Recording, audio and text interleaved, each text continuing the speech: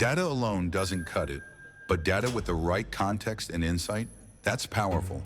Octave will transform data and intelligence into decisions and action, creating harmony from complexity and composing sharper performance across industries at any scale. From pipelines to power grids, emergency response to enterprise operations, Octave will champion customers with the resilient edge they need to scale onward and upward at speed. Our legacy? A launchpad built on excellence.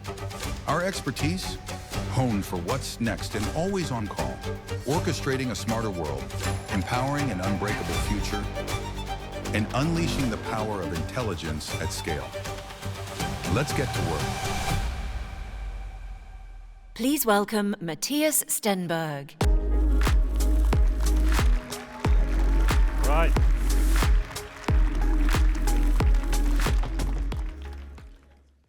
All right. Welcome back. I see a lot of you made it back, so thank you very much. I appreciate that. I think we're going to have a exciting 45 minutes ahead of us here and talking about Octave and what we do. It's a little surreal, right? I mean, 2 hours ago, we were one of Hexagon's divisions, and now we're Octave. Not, locked, launched, and listed yet, but well on our way. So let me do a little test. What do you guys think of the new name? Make some noise. Good. I personally love it. I think it's great. And it was my first time going through a naming process like this, and it was a lot harder than I thought. And I thought I'd share a little bit, behind the scenes what was going on. For those of you who don't know, we have a fantastic marketing team at Hexagon, so thank you to those guys. But really, everybody came out of the woodwork, wanting to help and come up with a name. And it took months. So I thought I'd share a few of those names that didn't make it. And we have a lot of people in the company that are very proud of their legacy. I call them the Intergraph nerds. No, I don't. So they came up with Hexagraph. I appreciate the sentiment, but I think we want to look forward, not backwards. And then also we have, obviously, in the company, a lot of engineers, right? A lot of smart people. So what do they do when they face a problem? They go into math, right? So anybody know what you get if you split a hexagon in two? A trapezoid.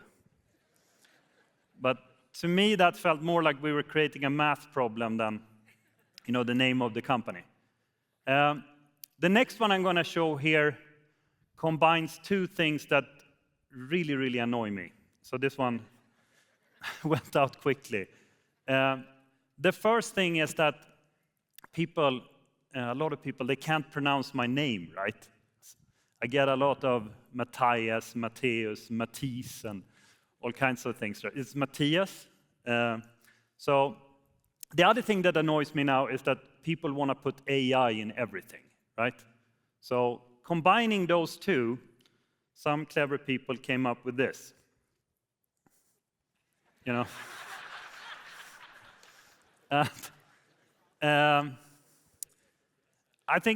What can you say about this robot? I think it also can't dance, just like the Aeon one. It is very good-looking robot, I think, but anyway. And then, of course, we have a lot of British people in the company. So they said, hell, shit, we've done this before. We know what it is. Hexit.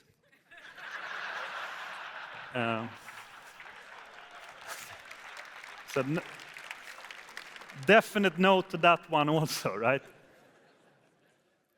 And then, what do you say? To be serious, like I said this morning, it is a bit bittersweet for me, and I think for many others. We have a lot of friends in Hexagon, right? And so with that sentiment, somebody came up with Hexagon.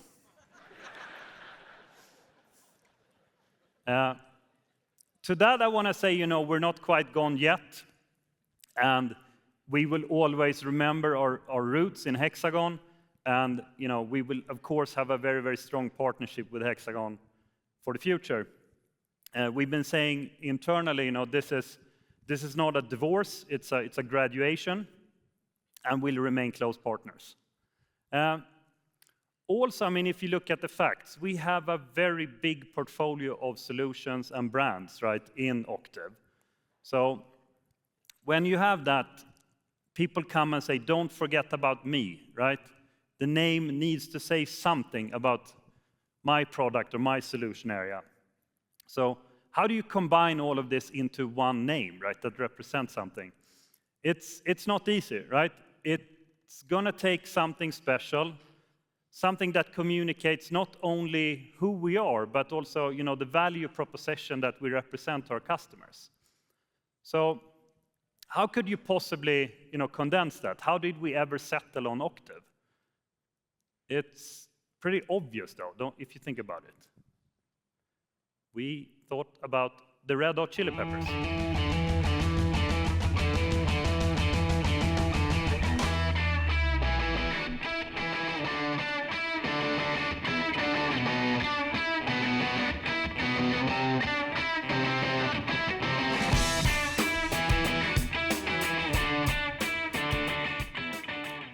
If you listen to the song there, that's one of my favorite songs, probably my favorite song. It's Can't Stop by Red Hot Chili Peppers. And you hear the raising of the octave there in the song, right? And to me, that's a good example how, raising a single note can really make the whole difference. And that was, to me, a little bit the inspiration with the octave, right? Taking something to the next level. Because that's what we will do for our customers. Really take it to the next level. And I do think that music is a great metaphor for our business. We are committed to being in tune with our customers, to really scale intelligence. We want to orchestrate your data and compose winning strategies. And I'm sure all of you, I'm certain, in fact, that all of you want to sustain resilience in your organizations, right? So, what are some other things in life that are certain? Ola said this morning, right, that change is constant. That's certain. But what are some other things that are certain in life? Anybody have an idea? Come on. Death, somebody said? Death and taxes, yes. That's true.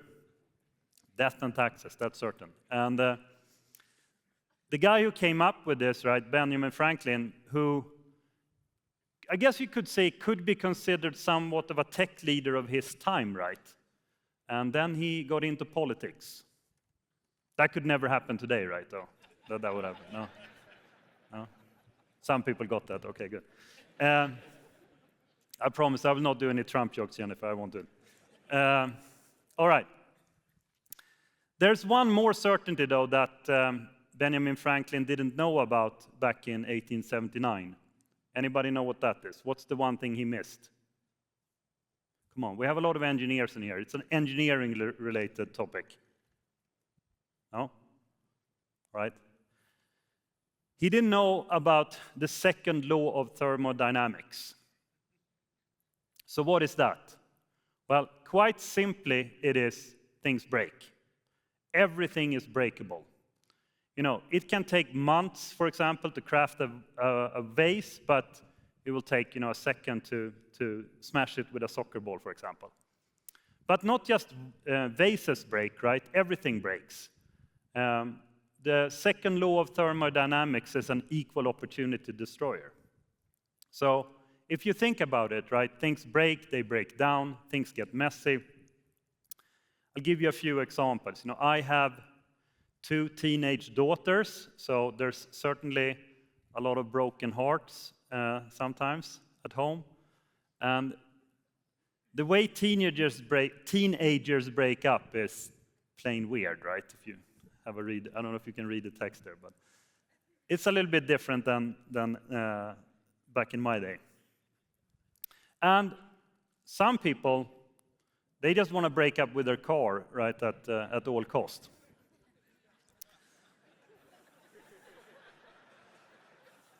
You can get them at a discount now.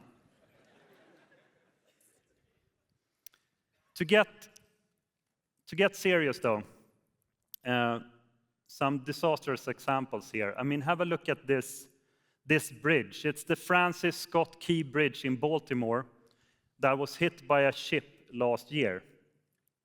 What happened here, right? There was two major problems. One was that the ship, due to poor maintenance, had mechanical issues that made it lose power and kind of lose steering and steered into the pier of the bridge.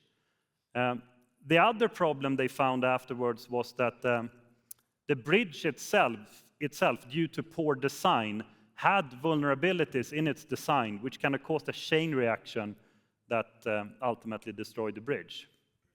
And there are, of course, many, many more infamous examples like this, and we take a look at a short clip here that you've all probably have seen. Jason, are you seeing this? Shit. We got flow out here. Warning. It's not stopping. Hey, Jason, are you seeing this? We got mud on the roof floor. Are they not telling you to do anything? Is she just kicking or that? Oh, clear the floor! Holy shit! Jeep!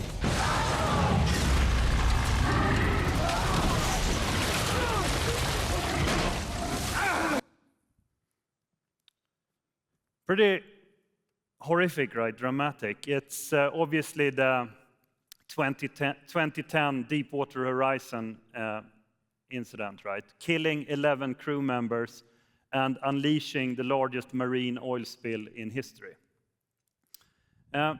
If you afterwards analyzed what happened there and what did they have and what didn't they have, they actually had a lot of the data, or all of the data, I would say. They had the right expertise, but the signals were scattered, right? The models weren't trusted. The data wasn't integrated, so alarms were ignored. It wasn't really a lack of information. It was a breakdown in integration of data, a failure to see clearly and therefore act decisively enough. And sometimes it's beyond our control, right? Nature just takes over. This is, you probably all saw this avalanche just a couple of weeks ago in Switzerland. And looking at the video here, right, you would think that casualties must have been very, very high, right? In reality, nobody died, because thanks to emergency notification systems, the village next to this was cleared a week before the avalanche happened. All right. So those were some examples, right, of faulty design, poor construction, inadequate maintenance, broken integration of data, and ultimately the inability to protect what matters. So kind of the second law of thermodynamics reminding us that everything breaks. And what though if we could break that second law? That's a bold ambition, right? Or are you resigned to the fact that everything breaks, that systems degrade, that this thing called the second law wins? But what if that's only half the story, and frankly the wrong half, if you ask me? What if by deploying connected, intelligent systems at scale, we could reverse this? What if failure in your business is not inevitable, but optional? So let's make another little test here to see if you're awake. Raise your hand if you prefer optional failure over inevitable failure. This should be 100% of the room, right? Come on. Okay, good. I'm glad to hear that, because that's truly our mission at Octave. Our business model aims at removing the inevitability of failure by giving you the choice of resilience. We're not just building software here. We're not building some app. This is truly going to be the intelligence layer for the world's most vital systems. So instead of software that breaks when things change, we want to build the intelligence connected natively. Ultimately, we want it to evolve, adapt, predict, and prevent. So let's talk a second about intelligence before we go any further. And I kind of want to break down a little bit here the difference between what I call the intelligence hype and reality. There was a conference here lately, right, with Microsoft, where some journalists took, what they took out of it was the death of SaaS, right? But if you listen to what the CEO there said, Satya Nadella, right, what he really said was very different, right? He said SaaS is evolving, and Microsoft is creating a factory of agents to help users get things done. So if we kind of take that a step further, adding my own view here a little bit, and what we think here at Octave is, AI agents today are fundamentally blank agents, generic tools. At Octave, we aim to deliver pre-trained agents for all our solutions. Today, agents are searching for data. With Octave, we build the data in. And a lot of these new agents are hoping for integration, right? We will build integration in natively. And if you look at a lot of these agents today, right, they say, ask me, we'll try. We say, we already know and act. So I would argue that at Octave, when we're building the intelligence in at scale, our goal is to build it embedded, means it's bolted in the system. It needs to be context aware, right? Data without context is not much use, right? And like I said before, we're aiming at mission-critical systems and assets. Finally, we want to make it field validated, right? Already in the field, already saving costs, already providing resilience. So ultimately, my argument is we don't need really to wait for some AI agent revolution. We're already doing what a lot of these agents aspire to do. So this is really our promise here today to our customers, that we will keep ourselves grounded in the truth so you guys can rise above the hype. So I wanted to share some other data here with you this morning. We did a study recently. We interviewed 400 of our C-suite executive customers about their key business challenges and their adoption of digital tools, where they are and how they see it and so on. And frankly, the results were not surprising to me, but they were a bit of a gut check also on what we need to prioritize. So I'm going to show you a couple of stats here that came out in the study. 1 in 5 companies, only 1 in 5 said they're getting full value from the digital transformation. And 76% of companies also said they're using more tools than ever, but with less alignment. And one leader said to us, more software, more dashboards, more complexity, and yet less actual visibility. Systems that don't talk to each other are creating digital silos. So, kind of a personal reflection here. I mean, I've seen this for years. I think it's a bit of, this buying more and more systems and different software without really connecting in. To me, it's what I call a sign of the shiny object syndrome. If you want to make it a bit, concrete and a little bit provocative, I would say, if you have data integration problems, a new VR headset won't solve the problem, right? It needs to start with the data. But let's look at some more comments that came out in the study. One customer said, tell me when my asset's sick before it dies. I don't need a snapshot, I need foresight. The people who know what's going wrong are retiring. And I thought about this this morning when Ola talked about the population shrinking and so on, right? This is a real problem. And we've got more data than we ever need, but if it doesn't tell us what to do, it's just noise. And our factory has a digital twin, but it's mute. Okay. Very quiet there. It's depressing stats. No. All right. So we've seen the data. We've heard these voices, right? We know what's breaking. But the most powerful ideas are not on slides, right? That's not where we learn. I think they're in conversations. So I'd like to try something different here this morning and have a bit of conversation. It's very simple. I have invited 4 customers, 4 leaders from 4 very different industries. And these people, they don't just manage complexity, they live in it every day in real time.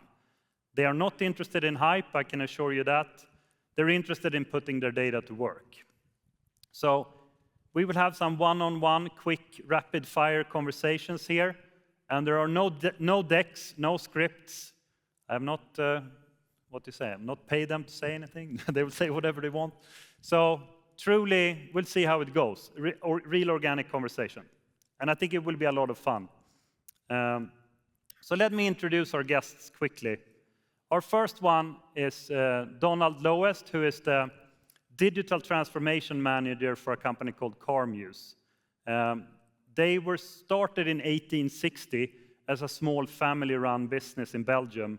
Today, they are a global operation with over 90 production facilities around the world, with core competencies in mining, equipment, and engineering solutions. Our second guest will be Colonel Mark Shelley, who is with Lee County Sheriff's Office.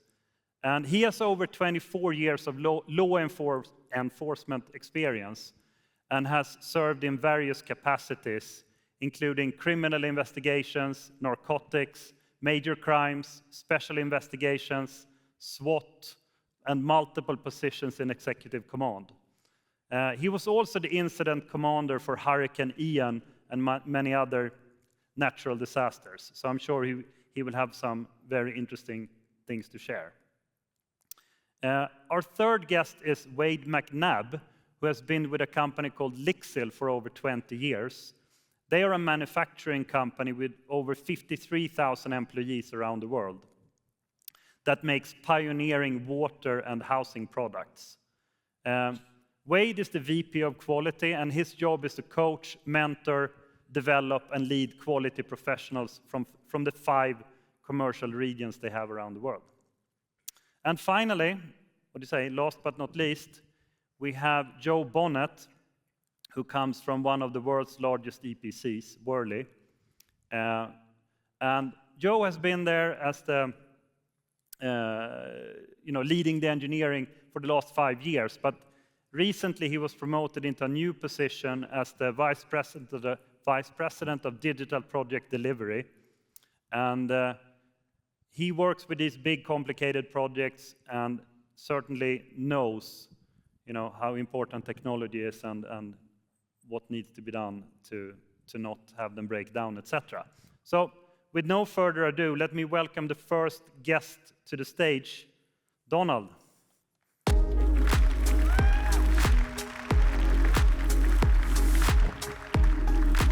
Hello, Mattias. Hey, morning. Good to see you. Likewise, thank you for having me. All right, have a seat. Sure. We're just having a little chat here. There's no audience here. We're just I know, it's very intimate. Yeah, thank you for coming to Vegas.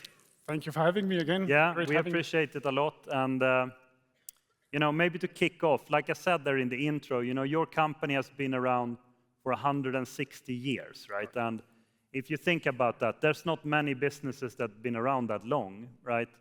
Usually something happens and things break down before that. So how has your company been around so long, and what's the secret? I think it boils down to 2 secrets. The first one is communication and engagement, not only with our customers, because we don't operate in a vacuum. We need to follow what our customers consider success and good services. But at the same time, we need to have operational excellence. So our plants, as you were saying, need to break less, need to be more resilient, and for us to be able to deliver more innovation, better price, and better services. Right. So what is the thing in your business that absolutely can't break? What's the biggest risk? That question made me think, and I would say it's the link in the chain that we are. We are in 5 different continents, delivering to 13,000 customers in 55 different industries. Yeah. We have different seasonality. It's a very local business. And so if we cannot deliver on our promises, our customer cannot deliver on theirs. So it's really ensuring that they have the added value that they expect out of us. Right. So if we try to make it a bit concrete, right, for the crowd, do you have some story of like when things broke down? I have one. Yeah. All it takes to take a kiln down for 5 days is a squirrel that wanted to touch the wrong 2 cables. A squirrel? That is something Okay. you cannot predict. Right. And if you can, my team is there, we are interested. But fixing that situation in the middle of a good campaign for a customer without having a single health issue or security issue and being back online without impacting a single one of people relying on us is what we consider excellence. Okay, so what's your biggest vulnerability in your business? Like if you look at the... I would argue isolation. Yeah. We follow the industry where they are. We are where the limestone is. So we are in remote areas with no connection to our support teams. So bringing data and knowledge and intelligence to our plants in order to support and empower our guys is, I think, the way forward. Okay. So what's the promised land? I mean, what does good look like? Good, I think, looks like being able to have foresight, looking at the future rather than having to deal with yesterday to deliver today. Right. It's having predictability where our broader team can act and deal with the problems before they arrive so that our customer don't even realize that something went wrong. Yeah, no, makes sense. And what do you say? What if you could invest in one thing the next year or 2, what would that be? Where would you place your bets? Maintenance, improving the way we optimize our assets and maintain them in order to reduce breakages, but also having more vision on our operations at scale rather than at plant level. I like that. You're using that scale. I mean, it's, what do you say, contagious. Yeah, indeed. Good, cool. Thank you very much. That's my cue, I think. So well, see you later. I'll leave it to you. Take it away. You. Yeah.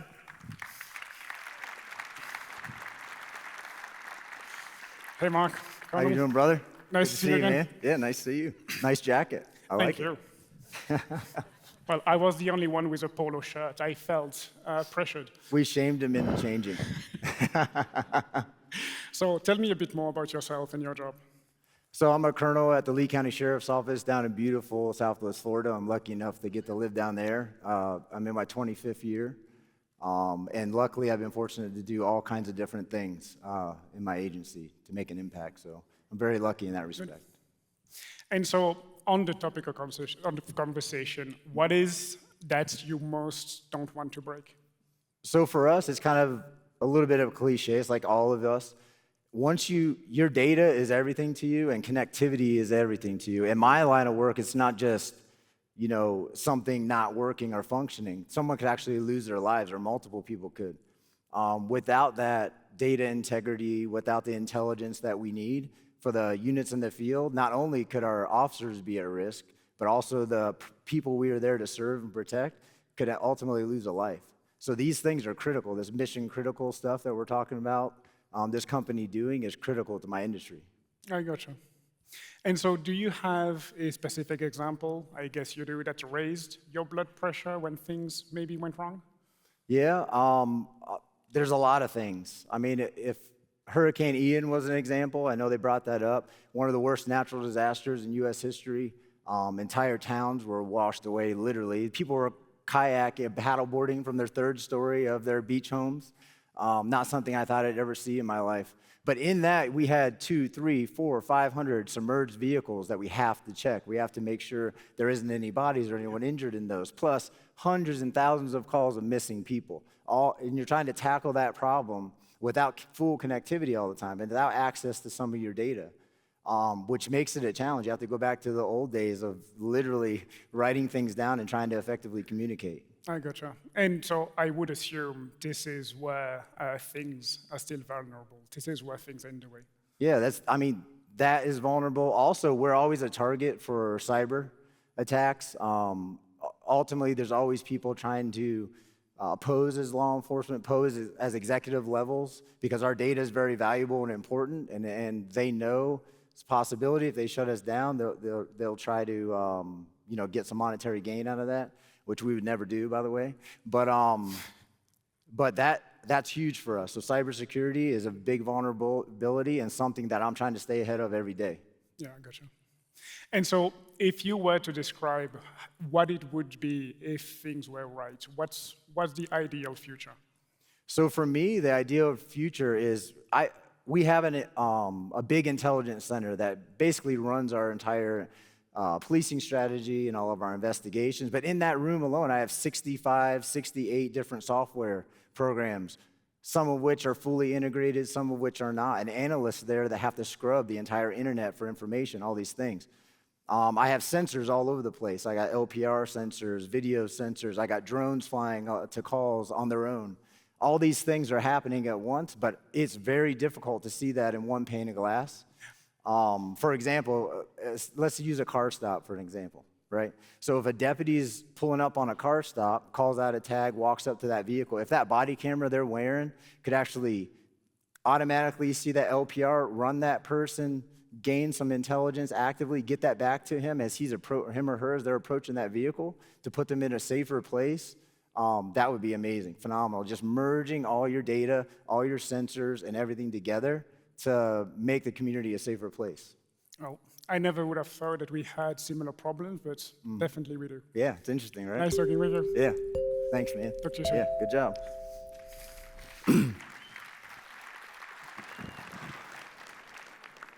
My man Wade.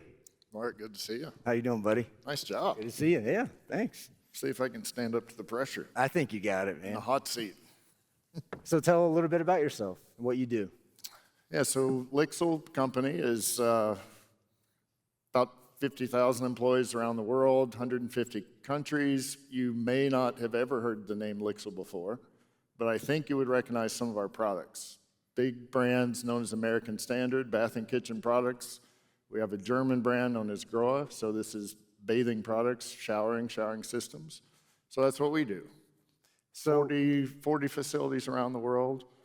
Imagine each facility makes somewhere around 1 million, 1.5 million pieces per year. Some of our facilities over 3.5 million.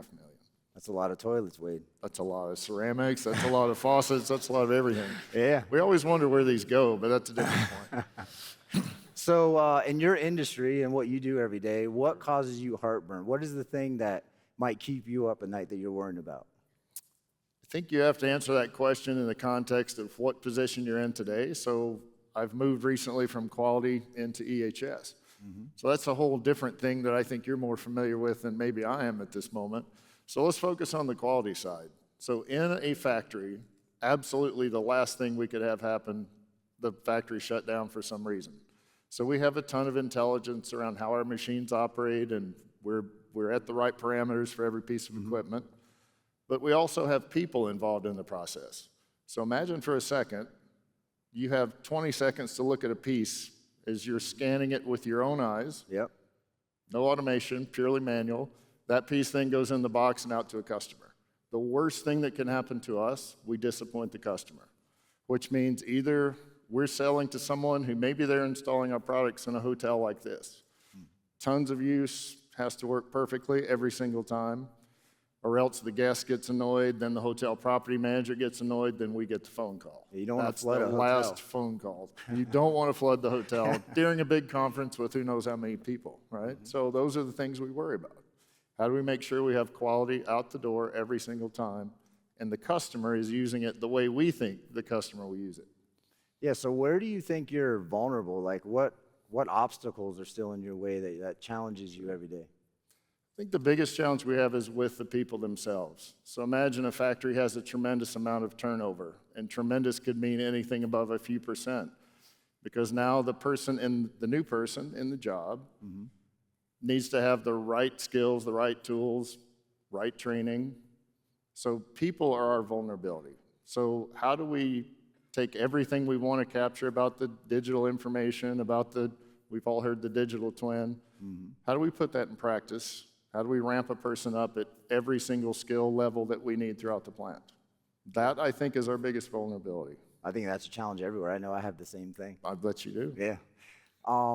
So in the utopia of toiletry, what is if you could have everything? You know, today I could snap my fingers and give you everything you ever wanted. What would that be? What would that look like? So we had a interesting discussion with our friends at ETQ. So we're an ETQ customer, one of the divisions. We're talking about where do we go next with our data, because we spent a tremendous amount of time capturing data to understand what our customers are doing with the product, challenges they have. Amazingly, data brought us to a conversation with multiple functions around the company on how we do things better. So visibility and communication is critical for us, and we're living it every single day. So now, how do we take that same level of communication and go to the next level? Awesome. I love the term Octave, the name Octave, right? Yeah, the next level. Great. Perfect. Take it up to the next notch. All right, I think it's... Good job, Wade. I think we have someone else now. Yeah. Thanks. We'll see Thanks, you. Mark. Hey, Wade. Welcome, Joe. Thank Good to you see very you. much. Please have a seat. Appreciate it. Big So, crowd. yeah, big crowd, and you know, you're the last one, so you've had a chance to listen to everyone else's answers. Maybe you have a perspective on your business, as complex as it is. What keeps you up at night? What do you worry most about in terms of what the audience would love to hear? Yeah, sure. Thanks, Wade. Good picture on the screen there. It exemplifies some of the work that Worley does. We work in the energy, chemicals, and resources space, and we deliver projects for customers that then go and basically operate these facilities that we all rely upon, whether it's the oil and gas or these days hydrogen, might be a biofuel. Our company has to prepare the designs and complete the projects for that. And for that, we rely upon digital solutions, just as the other compares have been mentioning. So that's a big part of who we are, and our people can no longer effectively deliver the projects in the time frames that we have to deliver them in without the tools.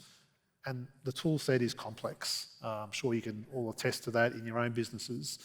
So for us, that's the big thing, the tool set.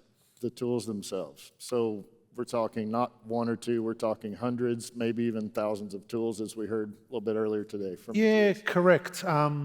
Unfortunately, no one software provider can give us all the tools that we need in our industry. There's a multitude of tools. So we've got upwards of 1,000 different pieces of digital technology that we use, different software, and that just introduces so much complexity. You can imagine trying to get all that information to synchronize and communicate with one another and be integrated. It's hugely complex. And so where do you still feel you're most vulnerable? If you've had all this integration done, is it one or two integrations, or is there something else that makes you worry? Yeah, I worry a lot about just the numbers. You know, when you think of the numbers that we have to deal with, it introduces so much complexity. And we've got nearly 50,000 people in Worley operating across 45 odd countries. At any one time, we've got 10,000 projects on the go, and they're all different. They're not the same. It's not a cookie cutter approach. It's a lot of bespoke work that we're doing. And then lay on that all the software that we're using. All these numbers are just introducing this massive vulnerability in terms of any one part in the chain can break. And then Add to that the expectation these days that our project delivery professionals and our customers, they just expect this all to work. So there's a lot that goes on in the background to keep the lights on effectively. Sure. So if you push the easy button, if you have the utopian world, I think is what Mark used a second ago with me, what's the perfect scenario? Maybe not solution, but what makes the world better for you and your teams and your company? Yeah, look, the perfect scenario for us is probably around being able to focus on the innovation and the visionary things that we want to do by not having the breakages occur. Because when the breakages occur, they just all consuming, and it's all hands basically to the pumps to rectify those problems. So for us, the nirvana is having as few breakages as possible. So the topic today really resonated with me, sure. and as it has with you, I'm sure, as well. Sure. So for us, it's just making sure that the breakages are kept to a minimum, that we partner with good software providers like Hexagon, and Mattias did ask me to say that, by the way. I think there was some payment coming here. Exactly, I think so. Yeah. But yeah, quite frankly, it really is about partnering with good providers and just having less breakages. That's perfect. There we go. And on time. Yeah, good. Thank you. I think Mattias is coming back to see you. Yeah, thanks. So we're going to have Mattias come in just to help wrap us up. Wow, thank you. That was interesting to listen to. I'm glad. So what do you say? While I have the chance here, you have to agree with me, in front of everybody. No, but I wanted to say. No, but I wanted to say is, we have obviously a lot of great customers. We have decades of partnerships with many, and obviously with you guys. But I think especially in the last few years, we work closely together. I mean, if you don't mind saying something about that. Can you give me that first? So look, quite frankly, we deal with so many software providers. We've been working tirelessly with numerous of them. Hexagon is a huge provider for us. We use a large number of their tools, but they're core to what we do. It's actually been quite enjoyable because we've made decisions to deliberately spend more time together and basically be really open and frank in our communications. No vaporware, tell us the truth. Is this product really going to work? We're collaborating together on SDX2, your next generation of tool set. And yeah, it's just been really pleasant to have someone that we can just work together really closely and build a partnership, basically. So I really appreciated your time in doing that, Mattias. Thank you, Joe. I appreciate it. Thank you. Yeah, see you later. Okay. So, yeah, thanks to Joe and thanks to all the customers. I hope you enjoyed that. I thought it was really, really interesting. And if you listen closely to those guys, I think maybe you would recognize there was a pattern, right? They're all facing systems that are aging, data that's multiplying, and risks that's rising. And they're not satisfied with just reacting anymore. They want to get ahead of it, right? And I think that's what this moment requires, right? You don't beat failure with dashboards. You beat it with foresight, speed, and intelligence. And somebody said, in the midst of hype, clarity is rebellion. So I would argue if clarity is rebellion, Octave is a born rebel. So let's move off the AI agent hype to the really important shift we should all be paying attention to. And if you missed it, right, it happened recently. It wasn't quiet, but maybe subtle. It didn't explode onto the scene like the internet or the smartphone. It kind of crept in through your control room, your field sensors, your dashboards. What am I talking about? I'm talking about something I like to call the mirror world. This is a world where nearly everything physical now has a digital counterpart. Every valve, every turbine, every train, every city, every process, everything, right? And in that mirror, we're not just watching, we're starting to predict. If you think about how we always operated, we looked backwards, right, to understand what went wrong. In the mirror world, we look forward. We used to wait for systems to fail. Now we can see failure forming before it hits. We used to hand off knowledge through documents, binders, and word of mouth, right? Now we embed it in systems that remember, that simulate, that adapt. In the mirror world, hindsight becomes foresight. So I would argue it's not some software upgrade, right? It's a new way of thinking. So let's be honest though, right? Just having a mirror isn't enough. You can build a perfect replica of your asset. But if that replica doesn't have intelligence, you haven't built a digital twin. You have built a digital museum, right? It looks right, it maps well, but it's silent. It doesn't warn you, it doesn't learn, it doesn't improve. A digital twin without intelligence is just a reflection. What we need is a system that can change the outcome. So, I would argue that the mirror world is no longer science fiction. It's the new normal. It's the big shift towards the hope for an unbreakable world. And like with any big shift, right, there will always be winners and losers. So we really want to help here all our customers and create a culture of winning companies. So what does winning look like? I would say winners will see assets as part of living, learning ecosystems. These companies will always design and build digitally first. They will transform their operations and maintenance from being reactive to predictive. And they will protect their assets with self-aware infrastructure for resilience. So, to close this presentation out, I would like to share a story from back home, Sweden. I always need to get a story about Sweden in my keynotes. We'll find a way in there somehow. And this story is about a famous landmark in Sweden called the Öresund Bridge. It's the iconic link between the city of Malmö in Sweden and Copenhagen in Denmark. And it's not only a wonder of engineering, it's a symbol of connection and possibilities. Yet, beneath all the graceful elegance, it's 8 kilometers of steel and concrete. It carries risks, right? Every day, there's tens of thousands of vehicles passing this bridge, including trains. It has to stand up to the harsh elements of nature.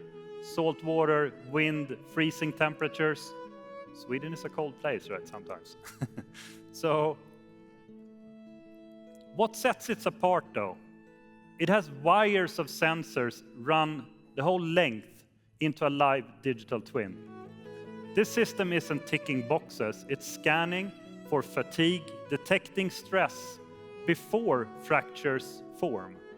And several years back, a subtle but consistent vibration pattern emerged.